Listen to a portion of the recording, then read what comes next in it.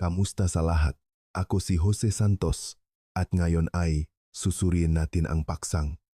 Tanggalin ang ibex, sikreto eng dalubhasa sa loop eng 5 minuto. Sa tuwing tumitingin ka sa salamin, madalas mo bang marinig na sinasabi ng mga tao na ang iyong mga mata ay mukhang mas mabigat at pagod? Hindi ka naman nagbibigay nga nitong impresyon dati. Ngunit mula nang magsimula kang makaroon na maluwag at pagod na mga mata, ikaw mismo ay nagugulat, lalo na sa umaga. Pagkatapos bumangon at maghilamos, napapansin mo sa salamin na ang pamamaga sa paligid ng iyong mga mata ay hindi nawawala hanggang tanghali. Sa mga sandaling ito, maaring bigla mong isipin na ikaw ay tumatanda na talaga at hindi. Mali ang pakiramdam na iyon. Hindi. Nagsisinungaling ang balat. Ang maitim na anino sa ilalim ng mata at ang maluwag na mga ibex ay hindi lamang personal na problema. Madalas, ang ugat ngang problema ay nasa ating. Ipaliwanag ko ang madahilan at magbibigay ako nga solusyon isa-isa sa video ngayon. Mahigit 30 taon na akong nagsasanay sa larangang ito at personal na nakagamot ng libu-libong mga pasyente. Nagsagawa rin ako nga malalim na pananaliksik sa mga pasyenteng may mga problema sa mata. Nakita ko rin na ang karaniwang problema sa mata nga mga pasyenteng sumusunod sa prosesong pag-alaga na ito ng higit sa 2 linggo sa ospital ay bumubuti. Ngayon, ibabahagi ko ang mga prinsipyo nga proseso ngang pag-aalaga na nagdulot ng mga pagbabagong ito. Pati na rin ang isang karagdagang paraan ng pag-aalaga na ilalantad sa ikalawang bahagi ng video. Ang nilalaman ng video na ito ay isang bagay na hindi mo maririnig kahit saan. Kung may oras ka, sana ay mapanood mo ito. Sa huli, gusto kong magtanong, narinig mo na ba ang isang taong nagsabi, "Bakit parang pagod ka kamakailan? Mayroon ka bang masamang nararamdaman? O hindi ka ba nakatulog ng maayos?" Sa karamihan ng kaso, sinasabi itong tao dahil sa kondisyon sa ilalim ng mata. Kapag ang taba sa ilalim ng iyong mata ay namamaga at lumuluwag, kasama pa ang pangingitim, ang buong mukha mo ay magmumukhang maputla at walang buhay. Dapat mong malaman na ang unang impresyon ng mga tao sa iba ay madalas na nabubuo sa loob ng 3 segundo. At ang impresyon ng lugar sa paligid ng mga mata ay bumubuong higit sa 70% ng buong mukha. Sa makatuwid, ang kondisyon ng iyong mga mata ay nagbabago sa buong anyo ng iyong mukha at sa impresyon ng iba sa iyo. Maraming tao ang nag-isip na wala ng ibang paraan kundi sumuko na lang. Ngunit ayon sa aking madekadang karanasan, kahit na ang mga naglalaan lamang ng 5 minuto sa isang araw para sa pangangalaga sa balat ay mukhang mas bata at mas masigla kaysa sa mga sumusuko, at ang mga gawi sa pangangalaga sa balat na kanilang sinusunod ay talagang napakasimple at kayang gawin ng lahat. Bago ko ipakilala ang mga gawi na ito ng detalyado, nais kong bigyang diin na ang kasalukuyang problema ay hindi lamang isang issue sa kagandahan, kundi nakakaapekto rin sa tiwala sa sarili, impresyon sa lipunan, at katatagan ng isip. Isang pasyente ko mula sa Maynila ang tinanong sa trabaho kung stressed ba siya kamakailan dahil sa kanyang maitim na bilog sa ilalim ng mga mata. Sa huli, napakamalan siyang may ibang imahe kaysa sa kanyang tunay na pagkatao. Iyon ang dahilan kung bakit sa tingin ko ang problema ng taba sa ilalim ng mga mata ay iba sa karaniwang pagkulubot sa klinika. Madalas kong marinig ang mga pasyente na nagsasabi, "Dok, bakit po palalim ng palalim ang mga mata ko?" Nung una, akala ko ay dahil lang sa sobrang pagod, ngunit ngayon ay hindi na ito nawawala. Ito ay karaniwang nangyayari kung ang mga ibex ay patuloy na lumalaylay. Ang balat sa paligid ay nagiging mas manipis at ang pagkawalan ng pagkaelastikong ng taba ay mas nagiging halata, tulad ng langis na namumuo sa isang kawali. Ang taba sa balat ay naapektuhan din ng grabidad at gumagalaw pababa. Upang mapabuti ang sitwasyong ito, hindi sapat na mag-apply lamang nga produkto para sa balat. Kailangan mo ring baguhin ang iyong nga gawi sa pamumuhay. Ang prosesong ibabahagi ko ay walang kinalaman sa anumang kumpanyang kosmetiko. Maraming tao na sumubok ng iba't ibang mga produkto ngunit nabigo ay sa huli ay bumalik upang subukan ang prosesong ito. Ang mahalaga ay hindi ito komplikado. Karamihan sa mga tao ay mayroon ng dalawang materyales sa bahay para magsimula. Gayunpaman, hindi ko muna sasabihin ang dalawang materyales na ito ngayon. Ipaliwanag ko sila ng detalyado sa gitna ng video. Bago iyon, ipapaliwanag ko kung bakit epektibo ang prosesong ito at kung ano ang prinsipyo nito. Kung ito ang unang beses mong manut ng video na ito, maaring bago sa iyo ang impormasyong ito, maaari kang mag-iwan ng komento sa comment section. Napagtanto ko lang ngayon na ang iyong komento ay magiging malaking tulong sa ibang mataong may parehong problema. Nais ko ring itanong kung nasabihan ka na ba na mukha kang mas matanda sa iyong edad dahil sa may itim at lumalaylay na ilalim na iyong mga mata o naging mailap at nawalan ng tiwala sa sarili sa pakikipag-ugnayan dahil dito. Kung mangyaring ibahagi ang iyong tunay na karanasan sa comment section upang magbigay ng lakas sa ibang manunod. Susunod, ipapaliwanag ko ng detalyado ang mga sanhi ng pagbuo ng taba sa ilalim ng mana at kung anong uri ng manggawi sa pamumuhay ang magpapalala sa sitwasyon. Maraming tao ang nag-iisip na ito ay may kaugnayan lamang sa edad, ngunit sa katunayan, ang manggagawi sa pamumuhay at ang paraan ng pahuhugas ng mukha ay mas kritikal na mga salik. Halimbawa, kapag nahuhugas ng mukha sa umaga, ang malakas na pagkuskos sa paligid ng iyong mga mata gamit ang iyong mga palat ay magdudulot ng pisikal na pangangati sa balat, paulit-ulit na nagiging sanhi ng microinflammation at pinsala sa tissue na nagpapalala sa pagkaelastiko ng balat at paglaylay ng taba. Gayun din, ang pahuhugas ng mukha gamit ang masyadong malamig na tubig at pagkuskos ng iyong nga mata bago matulog ay magiging sanhi rin ng pagbara sa sirkulasyon ng dugo at lymphatic circulation sa paligid ng mga mata na nagpapabilis ng pamamaga at akumulasyon ng taba. Ang posisyon sa pagtulog ay magpapaluba rin sa problema. Ang mga taong sanay na matulog ng nakatagilid o gumagamit ng napakababang unan ay makakaroon ng mga likido sa katawan na naipon sa isang gilid sa paligid ng kanilang mga mata. Pagkagising nila sa umaga, ang kanilang mga mata ay partikular na namamaga. Sa paglipas ng panahon, ang taba ay lilipat pababa at kalaunan ay bubuong ang eye bags. Minsan, ginamot ko ang isang pasyenteng babae mula Cebu na nasa kanyang 70s na sanay na matulog sa kanyang kanang bahagi sa buong buhay niya. Bilang resulta, ang kanang bahagi ng kanyang eye bag ay mas namamaga at maluwag kaysa sa kaliwa. Ito ay isang tipikal na halimbawa kung paano direktang nakakapekto ang mga gawi sa pamumuhay sa balat. Ang istruktura ng balat sa paligid ng mga mata ay natatangi rin. Ang balat sa paligid ng mga mata ay ang pinakamanipis sa mukha. Halos walang subcutaneous fat, ngunit siksik ang nga daluyan ng dugo at lymphatic vessels.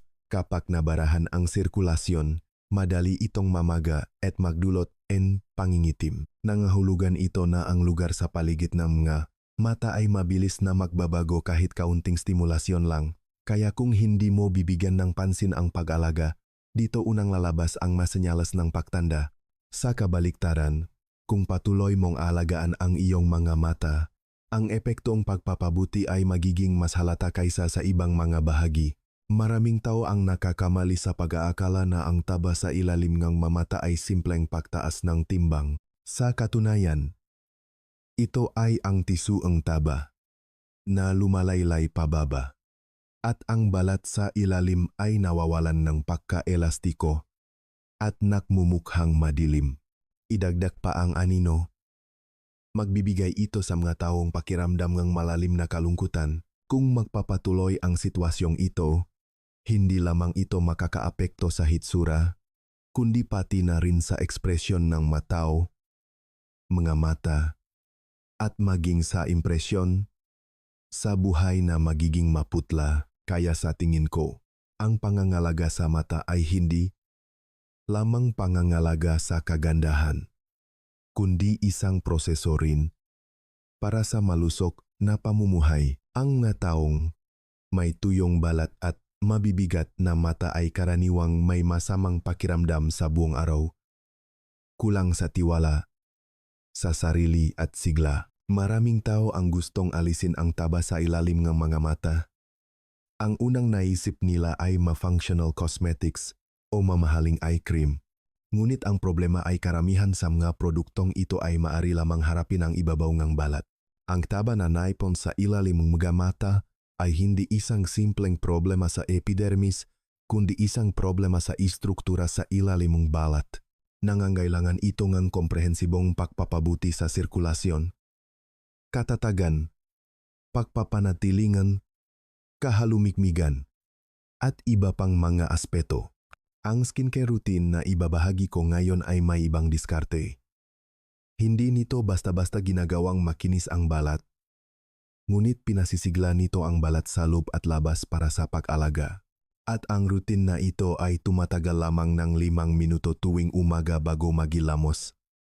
Inirerekomenda ko ang routine na ito sa ospital dahil napakadali nitong gawin. Sa klinika, madalas akong tanungin ng mga pasyente, bakit po palalim ng palalim ang mga mata ko? Lagi kong sinasabi sa kanila na mas dapat nilang baguhin ang kanilang pamumuhay kaysa sa kanilang makeup. Pinatunayan ng katotohanan na maraming tao ang nakaranas ng kamanghamanghang na pagbabago pagkatapos sundin ang prosesong ito. Ang mga nananatili dito sa loob 2 linggo ay mapapansin na nabawasan ang pamamaga sa paligid ng kanilang mga mata. Maririnig din nila mula sa mga taong nakapaligid sa kanila na, paano ka naging masigla kamakailan? Kung nag-alala ka na huli na para magsimula ngayon dahil sa iyong edad, huwag kang mag-alala. Ang balat ay mas apektadong pangangalaga kaysa sa edad. Maari kang magsimulang makakita ng pagbabago ng mabilis. Ngayon, ipapakilala ko ang tiyak na paraan ng prosesong ito. Ang proporsyon nga mga materyales, ang pagkakasunod-sunod ng paggamit, at mga karaniwang pagkakamali. Susunod, ilalantad ko ang paraang ito na makakapagbaginhawa sa problema ng taba sa ilalim ng mata. Nangangailangan lamang ito ng 2 karaniwang sangkap sa bahay. Ang una ay pulot at ang pangalawa ay putingang itlog. Maraming tao ang maaring hindi maisip na gamitin ang 2 bagay na ito para alagaan ang balat. Ngunit ang kanilang kombinasyon ay maaring magdulot ng isang malakas na synergistic effect. Ito ay hindi isang simpleng lunas bayan ngunit may batayan sa pisiolohiya ng balat. Una sa lahat, ang pulot ay ginagamit na para sa pagpapagaling ng sugat at anti-inflammatory mula pa noong unang panahon. Naglalaman ito ng maraming sangkap na kapakipakinabang sa balat. Ang mga flavonoid at polyphenol sa pulot ay may mga epekto ng antioxidant at maaring magpabagal sa pagtandang balat. Ang lapot nito ay maaring bumuo ng isang moisturizing film sa ibabaw ng balat upang maiwasan ang pagkawalang tubig. Ang natural na proteksyon na film na nabuo ng pulot ay partikular na mahalaga para sa manipis at sensitibong lugar sa paligid ng mata. Bukod pa rito, ang pulot ay maaring magpasigla ng mikrosirkulasyon ng balat at mapabuti ang sirkulasyon ng dugo na nakatulong na mapawi ang pamamaga at kadiliman sa ilalim ng mata. Ang puting nga itlog ay naglalaman ng albumin na pansamantalang maaring magpahigpit sa balat at magbigay ng pakiramdam ng pag-angat kapag inilapat sa balat. Bagaman ang epekto na ito ay hindi palubusang napatunayan, ito ay napakalaking tulong sa pagpapaginhawa ng pamamaga at kabigatan sa umaga. Kapag ginamit ng magkasama ang pulot at puting ng itlog, ang pulot ay maaring magpakalma at mag-moisturize sa balat, habang ang puting ng itlog ay maaring magpahigpit sa balat at ayusin ang hugis nito. Ang dalawa ay nagpupuno sa isa't isa at naglalarong isang epekto na mas malaki pa sa isa dagdag isa. Ang kombinasyong ito ay pinakamahusay na gamitin sa umaga bago maghilamos upang mapakalma ang namamagang nga mata sa magdamag, isang magaan at nakakapreskong estado para sa buong araw. Ang paraan ngang paggamit ay napakasimple. Kumuhang isang kutsarang pulot at isang itlog. Salain ang pulangang itlog at ilagay ang natitirang likido ng putingang itlog sa isang maliit na mangkok. Haluin ng dahan-dahan at pantay. Huwag gumawa ng masyadong maraming bula. Ang susi ay hayaan silang maghalo ng mabuti. Pagkatapos, ilapat ang pinahalong ito ng pantay-pantay sa malinis na lugar sa ilalim ng mga mata. Mag-ingat na huwag itong kuskusin gamit ang iyong mga kamay. Gamitin ang iyong mga daliri o cotton swab upang ilapat ito ng dahan-dahan. Pinakamainam na iwanan ito sa iyong mukha sa loob ng 10 minuto. Ang 10 minutong ito ay napakahalaga. Hindi lamang ito para hintaying matuyo, kundi para hayaan ang balat na sumipsip ngang sangkap at magsimulang gumana. Sa panahong ito, maaari kang magsipilyo, gumawa ng ilang simpleng ehersisyo, umupo ng tahimik, huminga ng malalim, ipikit ang iyong mga mata at magpahinga, ngunit mag-ingat na huwag inisin ang balat at huwag lumampas sa 10 minuto. Pagkatapos ng 10 minuto, banlawan ito ng dahan-dahan gamit ang maligamgam na tubig nang hindi gumagamit ng sabon o facial cleanser. Mararamdaman mo na ang lugar sa ilalim nga iyong mga mata ay nagiging mas maliwanag at ang ibabaw ng iyong balat ay nagiging mas makinis. Maraming tao ang magtatanong kung ang dalawang sangkap na ito ay talagang makakapagdulot ng ganong kalaking epekto. Gusto kong sabihin na ang susi sa skincare routine na ito ay hindi ang mga sangkap mismo kundi ang paraan ng paggamit at ang antas ng pagtitiyaga. Ang pulot at puting itlog ay hindi malulutas ang lahat ng problema sa isang beses na paggamit. Ngunit kung igigit mong gamitin ito tuwing umaga, nang hindi bababa sa 5 beses sa isang linggo, maraming tao ang naulat na ang taba sa paligid ng mga mata ay hindi na gaanong halata. Mas kumakapit ang makeup at mas nagniningning ang mga mata. Narito ang isa pang trick para sa lahat. Pagkatapos makumpleto ang skincare routine na ito, punasan ang honey at egg white mask at pagkatapos ay gumawa ng isang simpleng ice compress massage. Ang epekto ay mas magtatagal. Ipaliwanag ko ang bahaging ito ng detalyado sa ikalawang bahagi ng video. Kung interesado ka, mangyaring magpatuloy sa panunod. Susunod, gusto kong pag-usapan ang mga karaniwang pagkakamali kapag ginagawa ang skincare routine na ito at kung sino ang pinakamakinabang dito. Ang unang karaniwang pagkakamali ay ang paglalagayng masyadong marami sa isang malaking lugar. Ang routine na ito ay para sa puro pangangalaga ng mga eye bags, kaya dapat mo lamang itong ilapat sa mga lugar kung saan nakaumbok ang taba sa ilalim ng mga mata. Hindi sa buong mukha. Kung ilalapat mo ito sa paligid na mga mata o sa mga talukap na mata, maaari itong makairita sa balat at maging sanhing pamamaga.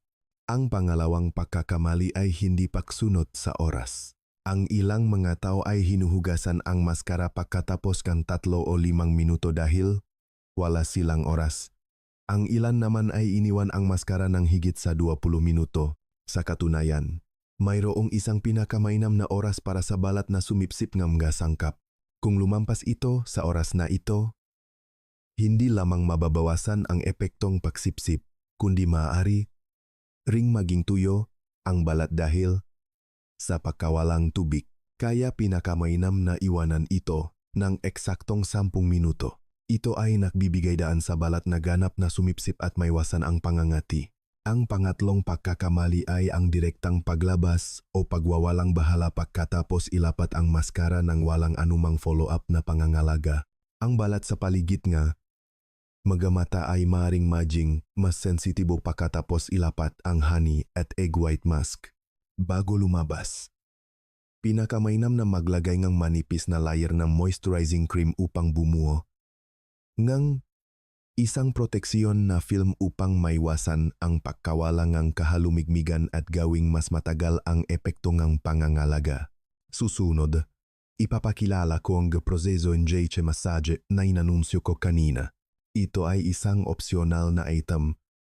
Ngunit para sa mga nais na bawasan ang pamamaga at init sa ilalim ng mamata, mariin kong inirekomenda na punasan mo ang maskara at balutin ang ma-ice tube sa isang malinis na tela at dahan-dahang ilagay sa ilalim ng mga mata sa loop ng 30 segundo sa bawat panik para sa kabuwang 1 minuto. Mag-ingat na huwag pindutin ng masyadong malakas ang balat. Hayaan lamang na bahagyang dumampi ang mga ice tube sa balat. Ang ice compress ay maaring palitin ang mga capillary at bawasan ang pamamaga. Maari rin nitong mapawi ang balat tulad ng isang cold compress, tension at pamumula. Maraming tao ang nagulat na ang kanilang pamamaga sa umaga ay makabuluhang nabawasan pagkatapos gawin ang iche massage. Ngayon ay ibuot ko ang buong proseso ng pangangalaga sa balat. Bago magila mo sa umaga, paghaluin ang pulot at puting ng itlog sa tamang proporsyon at ilapat ito sa ilalim ng iyong mga mata. Maghintay 10 minuto. Maari mong gamitin ang oras na ito upang gumawa ng ilang nga nakaka-relax na ehersisyo o magsipilyo. Banlawan ng maligamgam na tubig. Kung pinahihintulutan ng mga kondisyon, gawin ang 1 pang minutong ice massage. Panghuli, maglagay manipis na layer moisturizing cream. Kumpleto na ang pangangalaga sa balat. Inirekomenda na gawin mo ito ng hindi bababa sa 5 beses sa 1 linggo at magtiyaga ng higit sa 2 linggo. Maraming tao ang nakakitang pagbuting kanilang mga problema sa mata. Kung nakaalangan ka pa rin, epektibo ba talaga ito? Huli na ba sa aking edad? Kung naintindihan ko ang iyong mga alalahanin, ngunit ayon sa aking karanasan, ang nakakakita ng pinakamabilis na resulta ay ang mga agad na kumikilos. Hindi tinitingnan ng balat ang edad, makakaroon ito ng tugon hanggat patuloy mo itong pinasisigla at inaalagaan. Ngayon, ikaw naman, kung plano mong subukan ang prosesong pangangalaga na ipinakilala ngayon, mangyaring mag-iwan ng mensahe sa comment section. Sinubukan ko na ito ng ilang beses mula ngayon. Kung mayroon kang anumang damdamin o pagbabago, mangyaring ibahagi ang iyong karanasan sa comment section upang hikayatin ang ibang manunod. Kung ngayon mo lang nalaman ang tungkol sa proseso ng pangangalaga na ito, maganda rin na makiwan ng simpleng ngayon ko lang nalaman. Ang maikling pangungusap na ito ay maaring makatulong sa maraming tao. Kung sa tingin mo ay nakakatulong ang nilalaman ngayon, huwag kalimutang i-like ito. Kung gusto mong patuloy na makatanggap ng pagbabahagi ng ganitong uri ng proseso ng pangangalaga, mangyaring mag-subscribe sa aking channel at i-on ang notification function. Ako si Jose Santos, at taos puso kong inaasahan na ang bawat isa ay may babalik ang sigla at kumpiyansa sa kanilang area. Salamat sa lahat.